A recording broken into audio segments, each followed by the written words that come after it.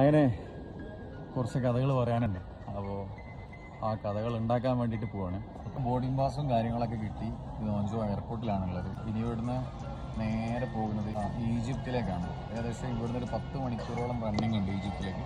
അപ്പോൾ ഏതായാലും നമ്മുടെ ഡ്രീം യാത്ര തുടക്കം കുറിക്കുകയാണ്. ഈജിപ്ത് എയറാണ് പോണത്.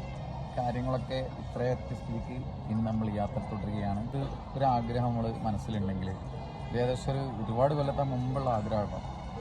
അതിതാ ഇവിടെ പണിയാൻ പോവാണ്. പടച്ചവൻ്റെ അനുഗ്രഹം ഉണ്ടെങ്കിൽ. കാരണം ഇപ്പം ഇവിടെ ഗോഞ്ചോയിൽ എത്തിയിട്ടുള്ളൂ. അപ്പോൾ എല്ലാവർക്കും നന്ദി.